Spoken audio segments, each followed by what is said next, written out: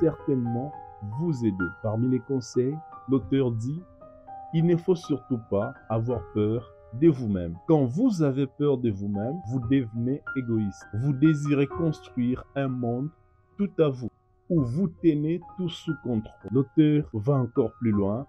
Il dit: vous devez être plus courageux, aller vers les autres. Cela ne signifie pas vous abandonner ou vous oublier vous-même.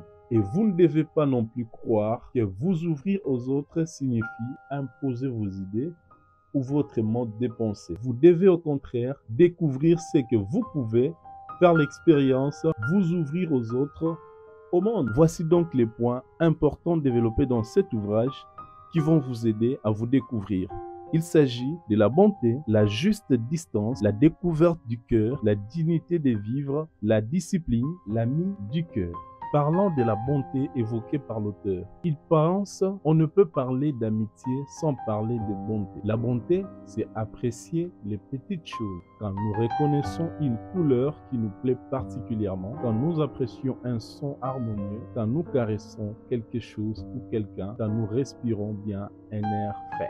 Mais alors, au deuxième point, la juste distance. Dans ce livre, l'auteur dit, une fois qu'on a prouvé que la bonté est la mère de l'amitié, il faut apprendre à s'éloigner de ce que l'on avait appris.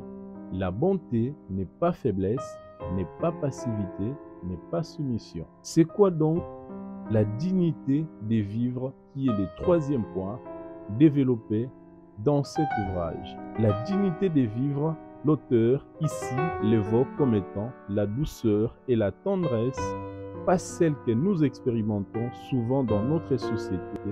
Ce ne sont pas des formalismes, des modes, des faire, de la bonne éducation. Elles n'appartiennent pas à l'apparence, mais à l'être. Autre point important, la discipline. Une fois que l'on est engagé dans la juste voie, pour être ami des cœurs, il faut savoir y rester, ce qui aide à être proche de bons cœurs. Sixième point, l'ami du cœur. Chers internautes, sur ces points, l'auteur souligne la présence.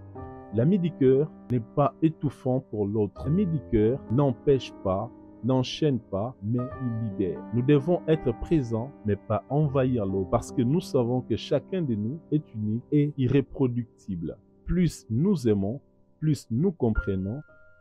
Si vous voulez développer tous les ingrédients évoqués dans cette œuvre, procurez-vous ces chefs-d'œuvre dans notre librairie en ligne librairiepauline.com ou appelez-nous au numéro 085 87 05 289. Si vous avez aimé cette vidéo, n'oubliez pas de vous abonner à notre chaîne librairiepauline.com, de liker cette vidéo et de la partager avec vos amis.